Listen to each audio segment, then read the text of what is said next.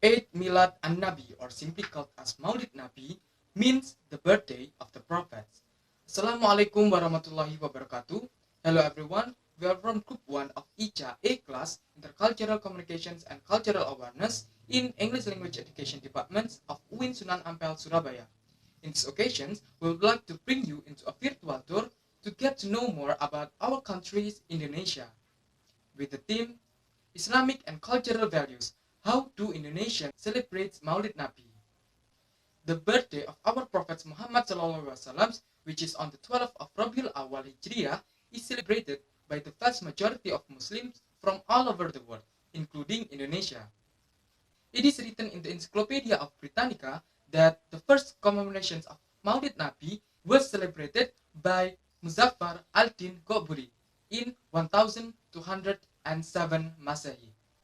And since then, the ulama consider it as appropriate and necessary as a way to strengthen the Islamic values within Muslims.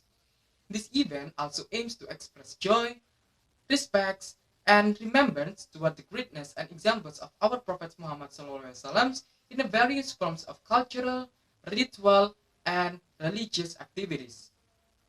There are three main reasons why Muslims should celebrate this event. First, it is to get to know and love more about our Prophet Muhammad SAW. Second, it is to imitate and practice morals and good personalities of our Prophet Muhammad SAW. And the third, it is to encourage us and motivate us in carrying out and broadcasting the Islamic teachings that is brought by our Prophet Muhammad SAW. In general, the commemorations of Maulid Nabi is celebrated by having an event in a mosque. At that place, there will be several activities conducted, such as tadarusans or reading Al-Quran together, salawatan or singing Islamic songs together, ceramah that is delivered by local religious leaders that tells about the greatness and the life of our Prophet Muhammad, and the event will be closed by having a banquet together.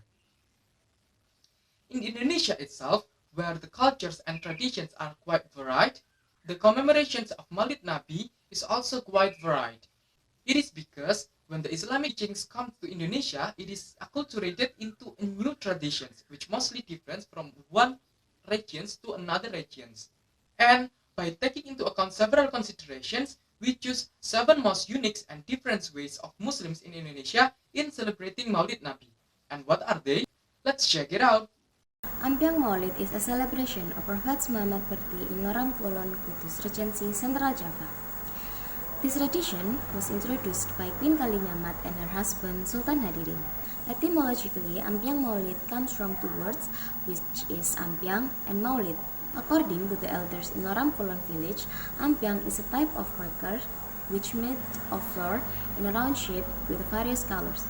Meanwhile, the word Maulid comes from Arabic, which means birth. So, Ampiang Maulid means food arranged in such a way in a unique container, which is carried by the community at the celebration of Prophet Muhammad's birthday at Wali Atakwa Mosque, Lorong Kulon village.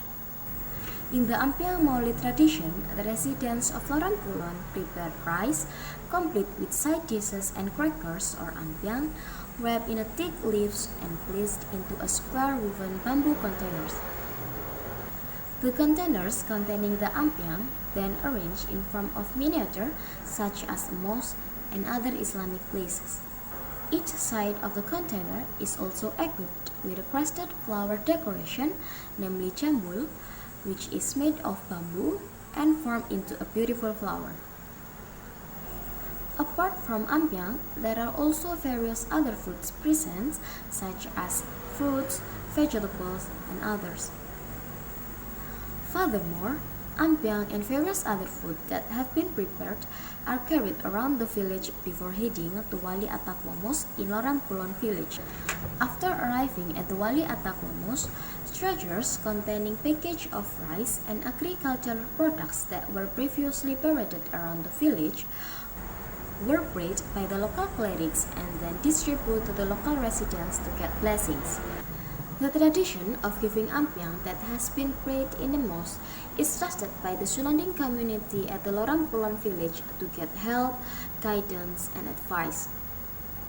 This comes from the Javanese philosophy which is pitu, pitutur, pitulung, and pituduh. Pitutur means advice, pitulung means help, and pituduh means guidance. The next Maulid Nabi tradition in Indonesia is Maulidan, which is held in Madura Island, East Java. This event is usually filled by the reading of Barzanji, or also known as the life history of the Prophet Muhammad, and a few interludes of religious lectures telling the Prophet's kindness during his lifetime to serve a guide for life. Right on 12th of Rabiul Awal, people, only those who have the ability and will flock to the mosque to celebrate the Maulid Nabi, but other people still celebrate in their homes. The women usually come to the mosque with a tray on which contains a tumpeng.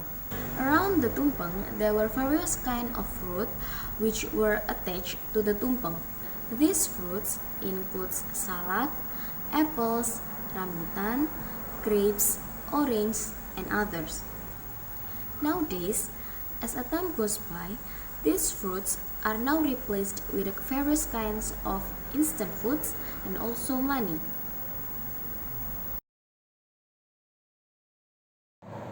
In the days of the Empire of Mataram, the celebration of Maulid Nabi was called Gribbuk Maulid. The word Gribbuk means to follow. It refers to following the Sultan and the other dignitaries out of the palace to the mosque to attend the Maulid Nabi, complete with ceremonials such as Rais Gunungan and so on. In the Gribbuk Maulid celebration, Keraton Yogyakarta prepared 6 kinds of gunungan that will be distributed to the people who come to the palace. The gunungan is made up from agricultural products strung on a mountain-shaped frame. Then, the gunungan was taken around. From the 6 gunungan prepared, 4 of them were paraded from Keraton Kasultanan Ngayogyakarta Hadiningrat to the Kauman Great Mosque, while the other 2 were taken to Kepatihan and Pakualaman Palace. Every time Gribbuk Maulid is held, thousands of people gather at the courtyard of the Great Mosque of Yogyakarta. They are willing to cram under the sun just to fight over the gunungan. It is because the local people believe that the parts of the gunungan are generally considered would be strengthen the resolve and have good luck, especially for the farmers. They will plant it in fields to strengthen prayers, so the land will be fertile and protected from various destructive pests.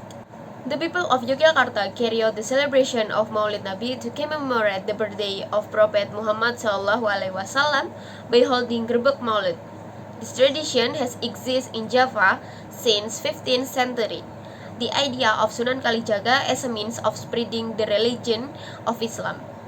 The term Gribbuk comes from the word gumrebek, which means boisterous or busy, which is then expanded to become crowd. So every implementation of the Gribbuk tradition is accompanied by a procession by a line of village soldiers to accompanied by the sounds of gamelan. Fourth celebration is Panjang Dimat. The Cirebon Palace celebrates the Maulid Nabi by performing Panjang Dimat. This ceremony was attended by thousands of people who came from various regions. They deliberately came to the palace just to witness the ceremonial process. In addition, Maulid Nabi was also held at the tomb of Sunan Gunung Jati District, Cirebon Regency. The grave is also packed with thousands of people who deliberately want to spend time on the night of Maulid Nabi. Cirebon people have an annual tradition to celebrate the Prophet Muhammad's birthday, which is held at the Cirebon Palace. The term Panjang Dimat itself comes from 2 words, namely Panjang and Jimat. Panjang, which means perpetual, and amulet, which means heirloom. So, etymologically, the length of the talisman means an effort to preserve the most valuable heirloom belonging to Muslims as the followers of the Prophet Muhammad, namely the 2 sentences of Shahadat. The celebration begins with parading various kinds of items that are full of philosophical meanings, including a line of people parading the 7 forms of rice or amulet rice. Namely, rice is said to have originated from dissealed rice, the process of peeling rice with hand and mouth, for a year by a female palace servant who throughout her life decided never to get married. This rice is then paraded from Bangsal Dinem, which is the place where the Sultan reigns, to the palace mosque, which has a philosophical meaning as the birthday of the Holy Prophet, which is symbolized through this talisman rice. Nasi Jimat was paraded with 200 lines of courtiers escorting each of them carrying items bearing certain symbols, like a candle which means light, then awareness, manggar, and heartburn which are symbols of how great the person who was born at that time, namely the Prophet Muhammad SAW. Furthermore, behind the people carrying heart disease and so on, followed the line of courtiers in the palace carrying rose water and rocking flowers which symbolized the amniotic fluid and the placenta. Then, in the next row, there are servants in the palace who carry sherbet water stored in 2 jars that symbolize blood when the baby is born. Then, the 4 trays symbolize the 4 elements that are in man, namely wind, earth, fire, and water.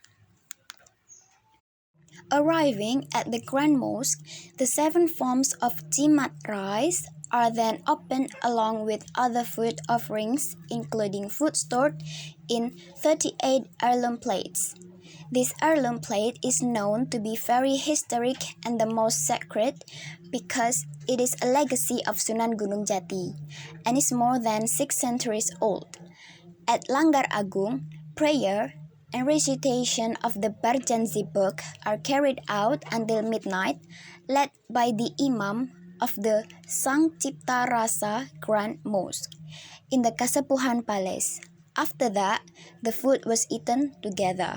Other than that, there is another unique way in celebrating Maulid Nabi in Indonesia. That is Bungo Lado, which is held in Padang Pariaman, West Sumatra. Bungo Lado is a term of the Minang language, one of traditional languages in Indonesia, which means chili flowers. In this context, however, Bungo Lado means money tree. Yes, the ritual or tradition of celebrating the Prophet's birthday is done by making a kind of ornamental tree decorated with banknotes. The money used is the contributions from people that are coordinated by Kapalo Mudo or youth leader. That's why this is usually done by the head of the youth organization. Kapalo Mudo informed all village communities who wanted to donate their money for the celebration of Bungolado tradition, which is collected in crowded or strategic places such as guard posts to local stalls. After the money is collected, Kapalo Mudo then coordinate with community representatives to find and decorate tree branches and decorate the tree into a money tree. The branches are decorated with colored paper and plastered with money donated by residents. The money collected can reach millions and even tens of millions of rupiah. Of course, the more money they collect, the bigger bungolado they make. After that, bungolado is paraded towards one of the mosques or surau. The money was donated to the mosque in order to increase funds for religious activities. Apart from bungolado, the procession is also accompanied by the presentation of a special food called jamba, which is cooked by the villagers. Next is Walima. Meanwhile, in Gorontalo, the event of the Maulid Nabi is carried out in the Walima tradition. Walima is an old tradition during the Islamic kingdoms which has been carried out from generation to generation. The Walima tradition is thought to have existed since Gorontalo knew Islam, which is in the 17th century. Usually, 2 or 1 day, even on the D-day of the event, which is on the 12th of Rabiul Awal, mosques in Gorontalo without orders immediately carry out this tradition. People prepare traditional cakes like kolombengi, curuti, buludeli, wapili, and pisangi, arranged and paraded from the house to the nearest mosque. Walima signature cakes, namely kolombengi and other traditional cakes, are baked in plastic, arranged and decorated before being paraded in a car that was able to attract the attention of 1,000 people who crowded on the side of the road. Hundreds of people have gathered and waited at the mosque.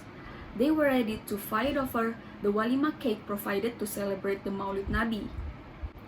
Apart from Walima, there is also something called toyopo, which is woven young coconut leaves filled with yellow rice, cakes, and boiled eggs, which is also a main dish in this tradition. Residents volunteer to make cakes and toyopo to be delivered to the mosque. The difference with Walima, toyopo is only given to the people who take part in the dhikr at the mosque, while Walima cakes can be distributed to anyone. Therefore, Walima is also one of the attractions of religious tourism in Gorontalo. The provincial government has also started to facilitate the activity from the beginning to the end of its implementation, although not all regions. Implementation is also not just a procession in the courtyard of the mosque. Sometimes other art performances are presented, such as traditional dances before the procession arrives at the targeted mosque. The implementation of the Walima festival has been included in the annual activities of the Gorontalo district government. One village that has a distinctive Walima celebration is Bubohu village. In this village, Walima is the result of cooperation between community, the elected management foundation, and the local government of Gorontalo district. Bubohu is unique in its Walima celebration activities, where all houses in Bubohu village hold open houses. Visitors from outside Gorontalo can come to the houses of local people and will be entertained by local people after the prayer held at the Attaqwa Mosque in Bubohu village. And the last one is Nalongsur Kusaka. In Garut, West Java, the tradition of Maulid Nabi was celebrated with a ceremony namely Nalongsur Kusaka. It is the ritual ceremony regarding the heirlooms of Sunan Rahmat Suci or Prabu Kian Santang. One of the year they are cleaned or washed with flower water or kawul and rubbed with cobra oil. The ceremony is usually divided into 2 stages. The first is on the 13th Rabiul Awal, which is holding a joint Muludan event. Then on the next day, the Nalongsur Kusaka is held. In the first stage, after carrying out the commemoration of the birthday of Prophet Muhammad at midnight, the caretakers carry out a pilgrimage at the sacred tomb for around an hour. Then the caretakers came out of the tomb except the leader and the committee who were in the charge of lowering the heirloom. After the heirloom is lowered, then the procession is carried out with the torch parade from Kandaga to Nurul Hidayah Mosque. This procession indicates that the legacy of King Kian Santang doesn't belong to the descendant family of Eyang Pagerjaya alone, but belongs to the whole community. This transfer also indicates the completion of the first stage in the traditional Nalongsur Kusaka ceremony. Then proceed to the second stage, namely the departure of the heirlooms of Raden Kian Santang from Nurul Hidayah Mosque to Paseban, started with reading a prayer first. Then, the heirlooms of Raden Kian Santang was brought to Paseban on a stretcher by the committee who started the trip. When they almost arrived at Paseban, the group carrying the heirlooms was greeted by a special team marked with sirens and continued by Marawisan and Solawatan. At first, the caretaker will unite water from 3 different springs that have been stored in one bamboo segment. This symbolizes that life must be united and must mingle with others. After that, entering the main ceremony, the heirloom objects are cleaned using a cowl which has been smeared with cobra oil. Then it's cleaned using water from the 3 springs that have been put together earlier. Then the heirlooms are put on display so that people can clearly see and know the heirlooms of Raden Kian Santang. The last event was the return of Raden Kian Santang's heirlooms to Kandaga through a parade and accompanied with salawatan. Usually after the entire program is over, the people who are present will fight over the water from the purification of the heirlooms, because it is believed that if the water used for purifying heirlooms is used to perform ablution, it has good benefits for the body. So guys, those are 7 most unique and different ways of Muslims in Indonesia in celebrating Maulid Nabi. Exciting, isn't it? If you are still curious and still willing to know more about it, what are you waiting for? Just go there and feel the euphoria by yourself. Wassalamualaikum warahmatullahi wabarakatuh.